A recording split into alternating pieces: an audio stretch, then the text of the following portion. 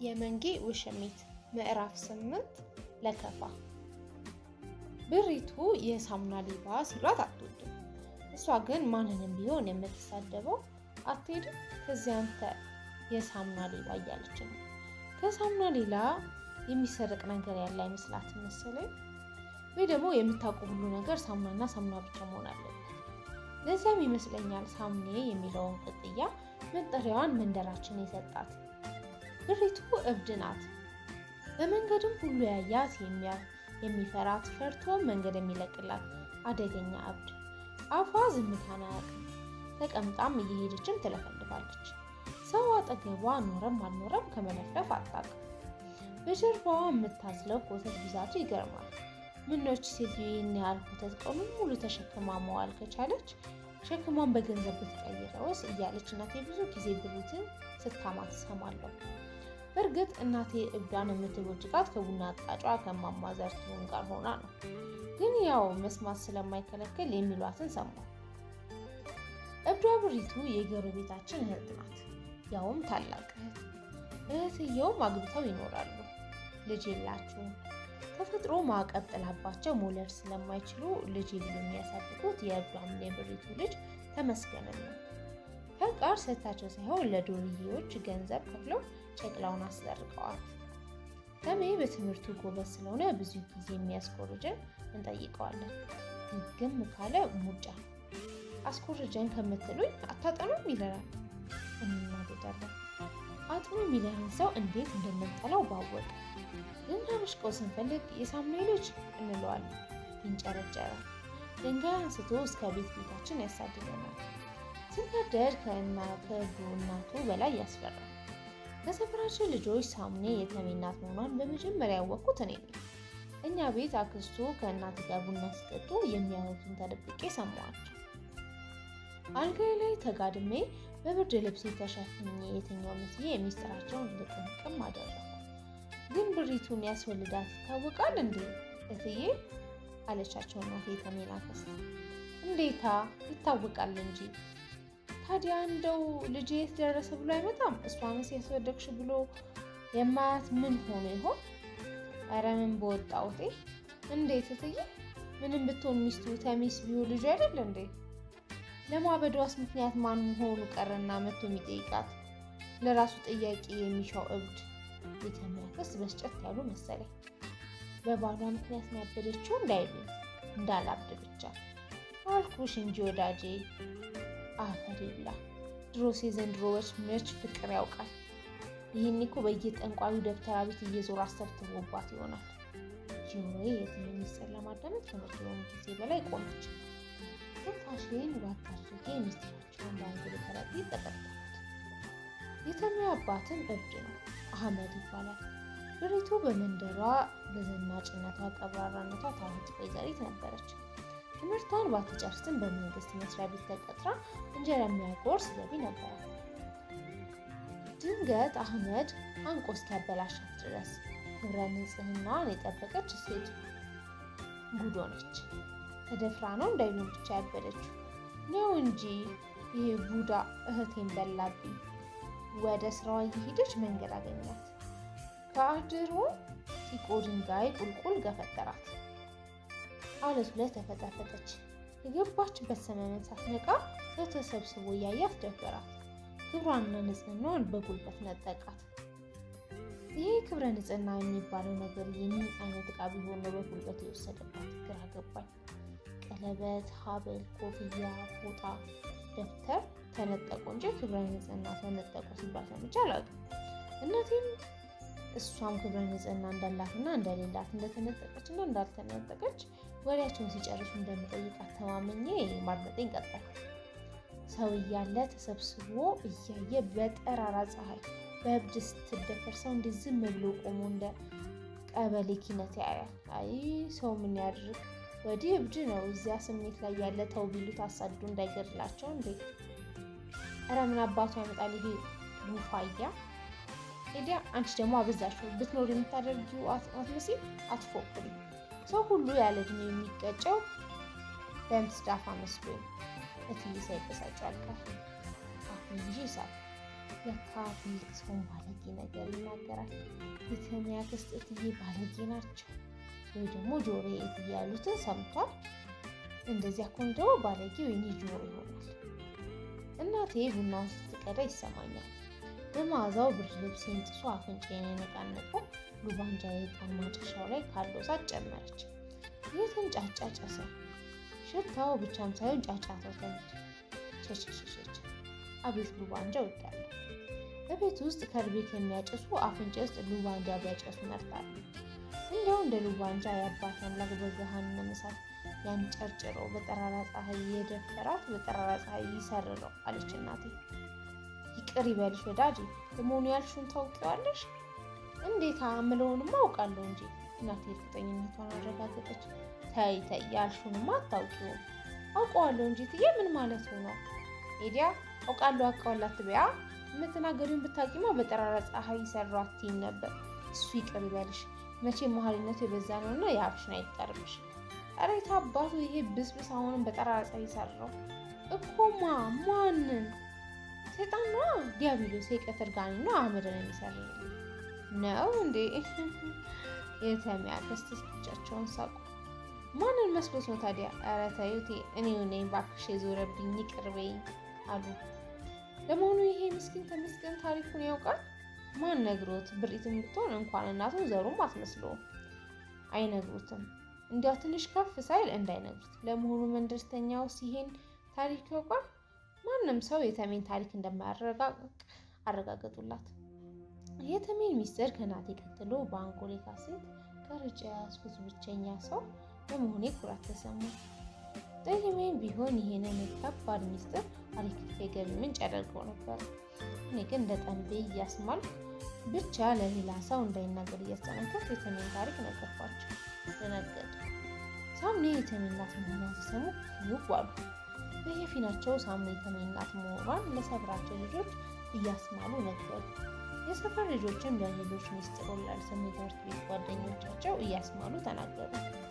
በየብሽሽቁ ተሜን የሳምኔ ስንለው ከአቅሙ በላይ ለሆኑት ያለቅሳል። ሊያግደርድራቸው በሚችለው በድንጋይ ያሯሉ። እንደ ዘበኛ ጥይት ከጉልበት ይቀለጥማል። እናቴና የተሜ አክስት ተረጋግመው ተለያዩ። እናቴ እትዬ ነገሯትን ሚስጥር ለራሷ እንኳን ደግማ እንዳልተናገረች ምን ላረጋገጠችላቸው? አላመኗትም።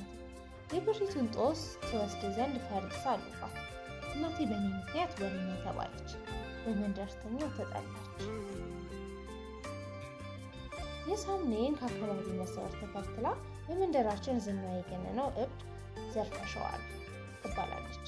ስናቆላምጣት ደግሞ ዘርፍ ታጨሳለች። ገንዘብ ካላት ገዝታ ከሌላት ቁር እየለቃቀመች ሱቅ ውስጥ የተሰባበረ በዘይትና ጋዝ የተበላሸ ስጋ እየረመለች ታቦናለች። አንድ ወቅት ላይ የአገልግሎት ጊዜ ያለፈበት ሲጋራ ጭሳ ነው ተብሎ ከሞት በመከራ ተመልሳለች። ስታጨስ ማንም እንዲያያት አትፈልግም። በተለይ ትልልቅ ሰዎች ከመጡባት የያዘችውን ሲጋራ ትደብቀዋለች። ከነሳቱ ወደ ብብቷ ትጥለዋለች። እንዴት እንደማያቃጥላት ፈጣሪ ይወቅላት። ጫማ አትወድም። እንኳንስ በእግሯ ልታደርግ ይቅርና ይህ ጫማ ጥቅሞ መገባት አትመስለኝም።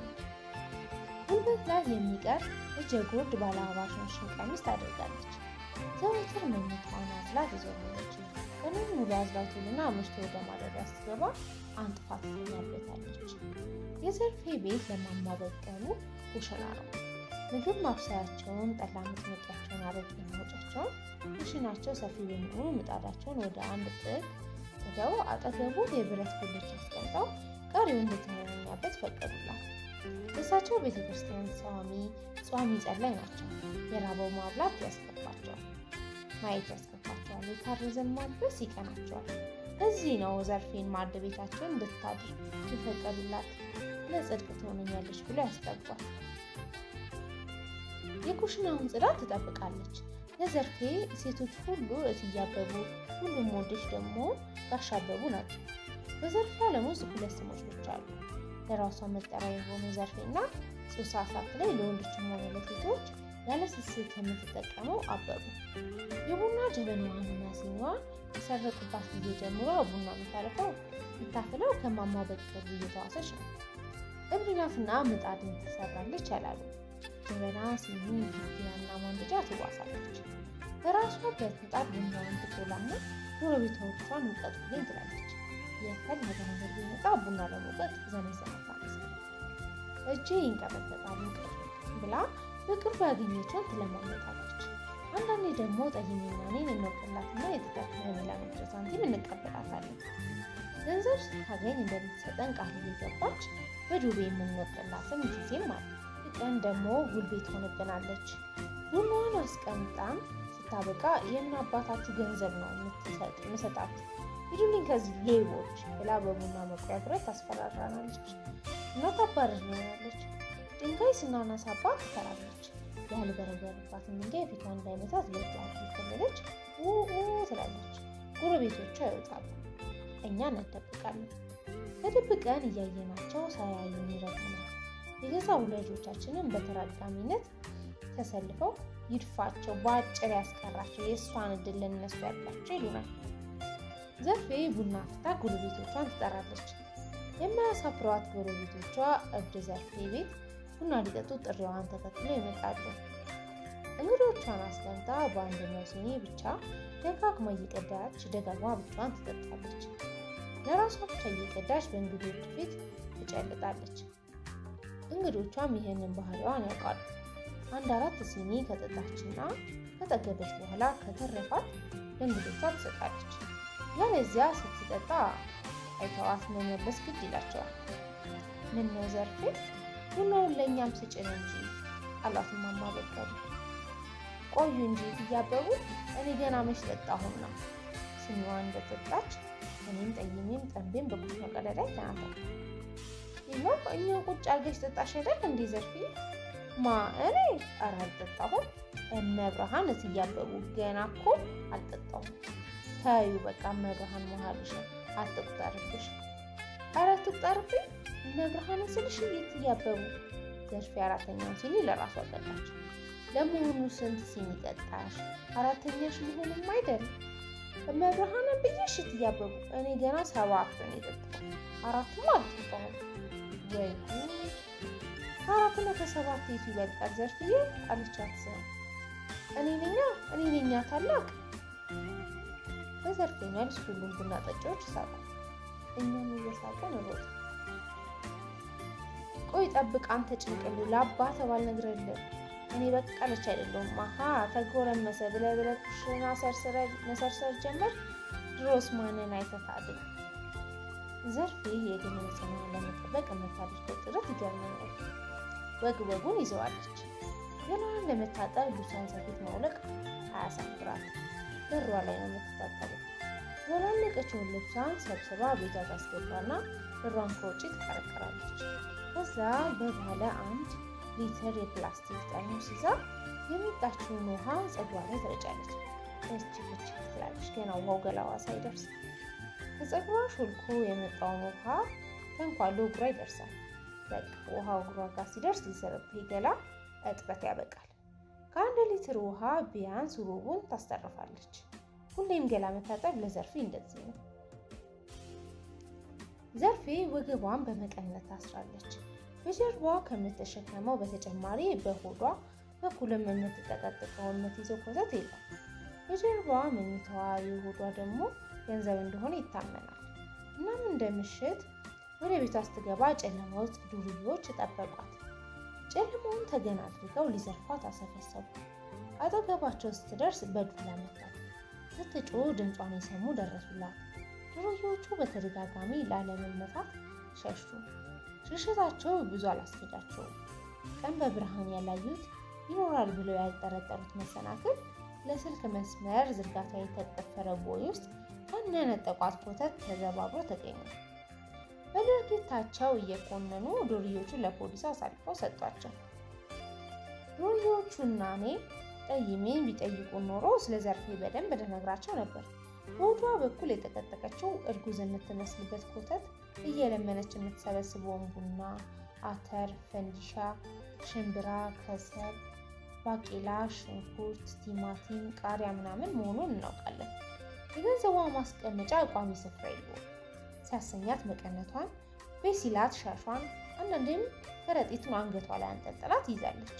በምንም ተአምር ቀን ቀን እየለመነች የሰበሰበችውን ገንዘብ ወደ ቤት አታመጣም።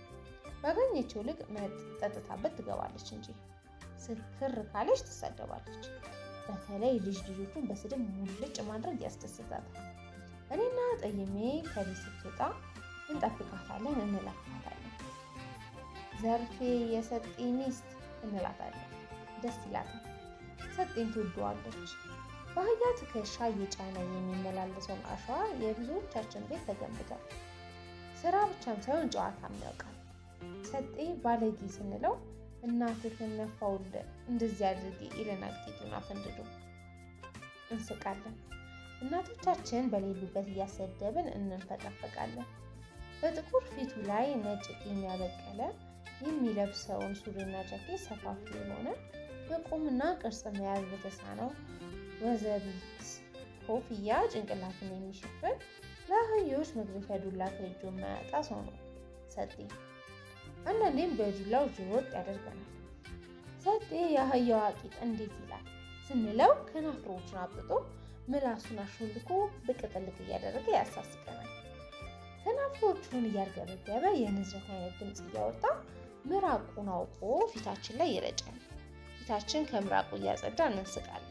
ታላላቆቻችን ተሰብስበው ሰጤ ከአህዮቹ አንዷ ሚስቱ ነች ሲሉ ሰምተናቸው እናውቃለን።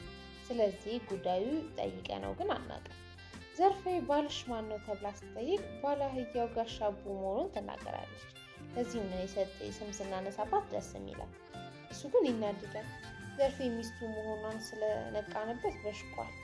ልጆች የእሷ ወሬ አትስሙ፣ እሷ እኮ እብድ ነች፣ ነገ ጠዋት የእናንተም አባት ባሌ ነው ልትል ትችላለች ይልና ሊያስቀስ ይሞክራል። አናምነውም። እኔ ጠይሜና ጠንቤ ጀርመን ሜዳ ኳስ እንጫወታለን። ሰጤ አህዮቹን እየነዳ ወደ ወንዝ አዋሽ ሊጭን ይወርዳል። ዘርፌም ተከተለችው። ተጠንቀቅሰን ወደ ጫካው ሲገቡ አርፍጠን በቆራጣ ተከታተላቸው። ወደፊት፣ ወደ ኋላ፣ ወደ ቀኝ፣ ወደ ግራ ተዘዋውሮ አካባቢውን ተመለከተና ወደ ጢሻው ይዟት ገባ። ቀሚሷን ገልቦ አስተኛት። ሱሪውን አውልቆ ሊቀመጥባት ሲል ጠይሜ ተንኮል አሰበ። አህዮቹን ነርቶ የበቆሎ ማሳ ውስጥ ጨመራቸው። 6ቱም አህዮች በቆሎውን ከወገቡ እየገነደሱ ተጫወቱበት። ሰጤ ያየውን ነገር ማመን አልቻለም። በፍጥነት ከእርሻው ውስጥ አህዮቹን አስወጥቶ ሊሄድ ሲል የእርሻው ባለቤት መጣበት። ተናደደ። ሰጤን በቦክስ ነቀለው። እንደ አሎሎ ወርውሮ ተንገዳገደ። ተሽከርክሮ ተዘረረ። ኖክአውት። ወይኔ ለካ ሰጤ አቅም የላትም። ጠንቤጠ ይህን እንግሊዘኛ ተከትላ ሀሳብ ሰጠች። ትርፊ ራቁቷን የተዘረረውን ሰጤ ላይ ተደፋችበት። ባህሌን ገደልክብኝ ጋሻ አቡ አለችው ባለእርሻውን። አንቺንም እገርልሻለሁ፣ ጥፊ ከዚህ። ደግሞ ለምንድን ነው ልብስሽን ያወለቅሽው? ተቆጣ። ባለ አህያው ጋሻ አቡ ቅፍ አድርጎኝ ተኝቶ ነበራ። አንተ ባትገድለው ኖሮ እስካሁን ያቅፈኝ ነበር እኮ። በቃ እሱ እኮ ከሞተ ለአንተ ቀፈኝ አለችው እየተጠጋች። ሸሻት። ተጠጋችው። ሲሸሻት ስትጠጋው በመጨረሻም ፈርታ ትሮጣ። ተከተለችው። ውቁታዋን አቀለጠችው። መሮጡን አቆመ። ራቁቷን እላዩ ላይ ተጠመጠመችበት። አንገቷን አቅፎ በሁለት እግሮቹ ወገቧን ቆልፎ ተለጠፈችበት። ሊቋቋማት አልቻለም። ሸሚዙን በጉልበቷ ቀዳደደችበት። በጉልበቷ ሱሪውን አወለቀችበት። በጀርባው ወደቀ። ተመቻት። ዘርፌ በእናትሽ ይለምናታል። አፏን ወደ ሽንት መሽኛው አስጠጋች። ወይኔ ወሸላውን ልትበላበት ነው አለ ጠይሜ። ወሸላው ከተበላበት እንዴት ይሸናል? ጠንቤ ጠየቀች። እንዴ እንደ ሴት ባለ ዳቦ ይሆናል አልኩኝ። ማንም አልሳቀልኝም። ኧረ በእናታችሁ ይህን ሰውዬ እናስጥረው አለ ጠይሜ። በባህር ዛፉ ቀጠን ያለውን ገንጥለን ይዘን ወደ ዘርፌ ሮጥን። ሶስታችንም ዱላችንን አሳረፍንባት። ተነስታ ሮጠች። ልብስ ኮተቷን ጥላ ተፈተለች። ዘርፌ በጣም ከምትፈራባቸው እብዶች ውስጥ ዋነኛዋ ቀሽቴ ነች። ለነገሩ ቀሽቴን የማይፈራት ማን ጤነኛ ሳለ ነው። ቀሽቴ ከፀጉሯ እስከ አለባበሷ ቁጥርጥር ነው። በፍጹም አማርኛ አታወራም። አፍሪካ ቋንቋ ትጠቀማለች። ለሚለካት ካልሆነ ለልጆች ፍቅር ነች። ለምታሳድጋት የውሻ ቡችላ አለቻት። የምትኖርበት ቤት የላትም። የምታድረው የወታደር ካምፕ አጥርን ተደግፋ አሊያም ፖሊስ ጣቢያ ተጠግታ ነው። ውሻዋን ይዛ ትተኛለች። ለማንም መንገደኛ በምሽት በዝምታ መራመድ የሚከለክለው ካምፕ አጥር ለቀሽቲ ግን የመዋያ የማደርን መብት መስጠቱ ይገርመኛል። ፎቶግራፍ ማንሳት ክልክል ነው የሚል ጽሑፍ ያለበት አጥር በክፉ ዓይን እንኳን ማየት እንደሚያስቀጣ አውቃለሁ። እንዲያውም አንድ ጊዜ እንዲሆኛለሁ። የ6ኛ ክፍል መልቀቂያ ፈተና ከመውሰዳችን በፊት ጋሽ ተረፈ ፎቶ አነሳ። በተነሳን በ2 ሳምንቱ 2 ፎቶግራፍ ትርፍ ናቸው ተብሎ ተመለሱልኝ። በህይወቴ ውስጥ ለሁለተኛ ጊዜ ፎቶ መነሳት ነበር። የመጀመሪያው ለሕክምና ካርድ ማውጫ ከቤተሰቦቼ ጋር የተነሳው ሲሆን ሁለተኛው ይሄኛው የሚኒስትሪው ነው። ትዝ የሚለኝ 1ኛ ክፍል ስመዘገብ ለትምህርት ቤት የተሰጠኝ ፎቶ አባቴ ጡረታ ስለወጣ ለሕክምና ካርድ ላይ የኔ ለብቻው ተቀርድዶ ነበር። እኔ ሁለቱም ፎቶዎቼ በደብተር ከትቼ ወደ ቤት ስሄድ ፎቶግራፍ ማንሳት ክልክል ነው የሚለውን ቦታ ጋር ስደርስ ደብተር ከትቼ ወደቀ። ፎቶግራፎቹን ተበታትነው ወደቁ። በሩን የሚጠብቀው ወታደር ፍጥጥ ብሎ ሲያይ ደብተርን ብቻ አነሳውና ፎቶዎቹን ይዘው ተወኳቸው። ከዚያም ፈረጠጡ። ማሞሽ ፎቶውን ጥለሃል አንሳ አለኝ ወታደሩ። ኧረ ብልጡ፣ ኧረ ልትመታኝ እንዴ? ለምን እመታሃለሁ? ማንበብ ማልችል መሰለ? ግድግዳችሁ ላይ ፎቶግራፍ ማንሳት ክልክል ነው ብላችሁ ለጥፋችሁ የለ አልኩት። ወታደሩ ሳቀ። እቤት ስገባ ጠንቤ ፎቶዎቹን ይዛልኝ መጣች። ቀሽቲ ግን እንደ ልቧ ናት። እንኳን አጥሩ ስር ለማደርና ግቢ ውስጥ እየገባች እንዳሻት እየተሽከረከረች ትውልበታለች። ያለ ከልካይ ትፈነጭበታለች። በጉልበቷ ገብታ ተለምና ትወጣለች። የበሩን መከላከያ ትልቅ አግዳሚ እንጨት በበር መዝጊያ ካልቀየሙባት ቀሽቲን ወደ ግቢ ከመግባት ሊከለክላት እንደማይችል ወታደሮቹ ይናገራሉ። እሷን መምታት የማይታሰብ እንኳንስ የሚመታትን በክፋይ የሚያያትን ድንጋይ ለቃቅማ ታሳድደዋለች። ዴሚኑራ ኢልመሹምጡ ማሊፍ አከናነላልታ ነኛችሁ ፋታ ሂዱ ከዚህ የሸርሙጣ ልጆች፣ ለማን እንደዚህ ተይኛላችሁ? ልትበላይ ፈልክ እንዴ እንደማለት ነው ብላ እንደ ጅብ ትጮህባቸዋለች። ይህኔ መቆም አይታሰብም፣ መፈርጠጥ ነው እንጂ። እንደ ሌሎቹ ልጆች መንደር ለመንደር አትንከራተት። ምግቧን ፍለጋ ካምፕን ትመርጣለች። የወታደር ትረፍራፊ ካልሆነ አትበላም። ከጦር ሰራዊት ሆስፒታል በስተቀር ሁሉንም ካምፖች እንደ ልቧ እየገባች ትወጣባቸዋለች። ሆስፒታል ያሉት ወታደሮች ወደ ግቢው የማያስገባት በሽተኞችን ትረብሻለች ብለው መሰለኝ። ዘርፌ ቀሽቲን ካየች አትቆምም፣ ትሮጣለች፣ ታርደኛለች፣ እብዷ አበቡ በሽጉጥ ትገድለኛለች እያለች ትሸሻለች። አንዳንዴ ልናስፈራራት ከፈለገን የቀሽቲን ስም እንጠራባታለን። ትበረግጋለች፣ የምትገባበት ታጣለች፣ እንስቃለን። ዘርፌ ቆይ ለምንድን ነው ቀሽቲን የምትፈሪያት አላጠየኝ። አንድ ቀን እና ይወጣል። እንዳትጠጓት ታርዷላችሁ። እብዷ አበቡ በሽጉጥ ትገድላችኋለች፣ በቢላዋ ትዘለዝላችኋለች፣ በጥርሷ ትበላችኋለች። ታስጠነቅቀን በፍርሃት አይኗ ውስጥ ይነበብ ነበር። ወደ ቤቷ ገብታ በሯን ገርበብ አድርጋ አንገቷን አውጥታ ነበር የምታስጠነቅቀን። አንቺ ፍሪያት እንጂ እኛ ግን አንፈራት። ስትመጣብሽ ለእኛ ንገሪኝ እሺ? በተለይ እኔ ጥርሷን፣ ድዷን፣ ልቧን በቦክስ መፍቻ ይገርልሻል እሺ? ቀይሜ ጉዱ ለዘርፌ መከታ ሊሆናት ቃል ገባ። እረቶ ትበላሃለች፣ ታርዳሃለች፣ ትሰድብሃለች። አማርኛ እኮ አትችልም። ትችላለች። እርግጠኛ ነሽ? አይደለም እና ዘርፌ ነኝ። ሳቅ ነበር። ለቡና ቁርስ የቆላቸውን ፈንዲሻና ሽምብራ ሰርቀናት ሄደ። ቆሎውን እየነፋን ሳለ ዘርፌ ልትመታን ትልቅ ድንጋይ ጽፍን መጣች። ደነገጥኩ። ጠንቤ ድንጋይ አነሳች። ቀሽቲ ዘርፌ ይችትልሽ አለ ጠይሜ ውሸቱ። ዘርፌ ወደ ኋላ ሮጠች። የተገላመጠች ስትሮጥ ወደቀች። ሳንፊል ይሉታል። ትልቁን የሬዲዮ ማሰራጫ ጣቢያ አንቴና እና የሳተላይት መቀበያ ጉድጓድ ሳህን የተሸከመው ቁመታም ብረት። ርዝመቱ ያስፈራል። 98 ሜትር ከፍታ እንዳለው ጋሽ ዳዲ ሲያወሩ ሰምቻለሁ። ጋሽ ዳዲ ለፍሬው አባት፣ ለእኔ ጎረቤት፣ ለሳንፊል ደግሞ ጠባቂ ናቸው። ከሲቪል ጠባቂዎች አንዱ። ሳንፊልን አቋርጠን ወደ ካባ እንሄዳለን። ሀረር ቢራ ፋብሪካ የተሰራበትን ጠርሙሶችን የሚደፋ ካባ ከሚባሉበት ቦታ ላይ ነው።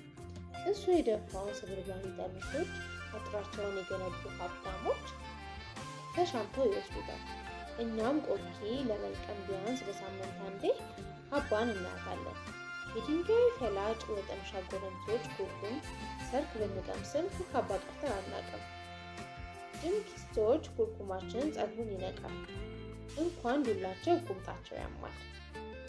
ወደ ካባ ስንሄድ ቀሽቲ መጀመሪያ ያያት ጠንቤ ነበር። ሲጠቁመን ያየነውን ማመን አልቻለም። ትልቁ ዋርካ ላይ ወጥታ አዳሪዋን ወደ መሬት ታንጠባጠባለች። እንዳትሰማን አፋችንን ይዘን ሳቅን። እንዳላየችን እርግጠኛ ስንሆን ተደብቀን ልናስመግጣት ወሰንን። ሶስታችንም ድንጋይ አነሳን። ጠይሜ በእጁ ምልክት እንዳንወረውርባት ከለከለ። ዘወር ብላ አካባቢዋን ቀነች። ሴትነቷን አምነን ተቀብለን የነበረ ሁሉ ተሸውደናል። የሽንት መሽኗ ተንጠልጥሎ ሲወዛወዝ አየን። በድንጋጤ አፋችንን ያዘ። እጇን ወደ ደረቷ ሰደደችና የሬዲዮ መገናኛ ወጣች። እንዴ አለ ጠይሜ። ሰርቃ ይሆናል ይሄኔ። ጠንቤ ገምቷን አቀረች። የፖሊስ እናስይዛታ ስል ጠይሜ ይዝም በሚልክት አሁን በገነቶቹ በመጫን አሳየ። በሬዲዮ መገናኛው ማውራት ጀመረች። ኦሮምኛ ስትናገር ስልጣኑን ማናውቀው ሆነብን። እንግሊዝኛ ነገር ትቀይጣለች። እያወራች አካባቢውን ትገራምታለች። እንደ ሌባ አይኖቿ ብቻዋን ይሯሯጣሉ። የምታወራው በኦሮምኛ ቢሆንም ጠይሜ እየተረጎመ ይነግራል። የሚተረጉመው የእውነቱን የሆነ ውሸቱ ራሱ ብቻ ነው የሚያውቀው። ጠይሜ ጉልበት ስለሆነች ውሸትሽ ነው ብላ መቃወም አይፈቀድልንም። እንልቀቋት አለ ጠይሜ። እሺ ምን እንበላት? ጠንቤ ጠየቀ።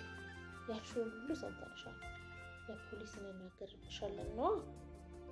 አሯሩጣ ይዛ ብትገቢያንስ? ቀሽቲ እኮ ወንድ ነች። በሩጫ እናመጣት። ደንግጬ ሀሳባቸውን ተቀበሉ። ለመሮጥ ተዘጋጀ። ከተናገርናት በኋላ መቆሜ ነው። ቢያንስ የሬዲዮ ማሰረጫ ጣቢያዋን ከሚጠቁሙት ወታደሮች ሌላ በቅርበት ሊያስጥለን ይችላል ለመሆኑን እርግጠኞች ነን። ቀሽቲ ወንድ ጠይሜ ተጣራ። ያልሽውን ሰምተንሻል አልኳት። ለፖሊስ እንና ብሎ ጠይሜ ሀሳቡን ሳይጨርስ የሬዲዮ መገናኛውን እንደያዘች ሽጉጥ አውጥታ ከዛፉ ላይ ተገልብጣ ወረደች። ሮጠ። እናንተ ዲቃሎች፣ እናንተ ካልገደሉ ተልኮ ይበላሻል። እናንተ የወያኔ ቡችሎች እንደምትችል ለዘርፌ ነግራን ነበር። ሽጉጡንም በቃ ትልቁ ቢላዋ አላት ማለት ነው። የጠይሜ ንግግር የሩጫ ፍጥነታችንን አስጨነቀ። ተከታታይ የተኩስ ድምፅ አንባረቀ። ጠይሜ በደረቱ ወደቀ። ጠንቤ ፊት ለፊት ካለ ግንድ ጋር ተላትሞ በጀርባው ተዘረረ። የሞተ መስዬ ጠይሜ አጠገብ በደረቱ ወደቀ። ልጆች አይዟችሁ ደርሰንላችኋል የሚል በርከት ያለ ድምፅ ሰማ። ወታደሮች ነበሩ። 5 ክላሽ ይዘዋል። አንደኛው የርቀት መመልከቻ መነጽርና ሽጉጥ፣ ሌላኛው የቪዲዮ ካሜራ። ቀሽቲ ተነቃባት። እብድ መባሏ ቀረና ካቴና እንደ ጅብ አምባር አጠለቁባት። እኛም በየወደቅንበት በቪዲዮ ቀረጸ። የሆነውን ጠየቁ፣ መለሰላቸው። ቀሽቲ የኦነግ ሰላይ፣ የኦነግ የመረጃ ክፍል ቁልፍ ሰው ሆና ታወቀ። ጾታዋን ለውጣ እንዳልሆነ ቢታወቅም አንቺነት በታሪኳ ውስጥ ሁሉ መታወሻዋ ሆነ።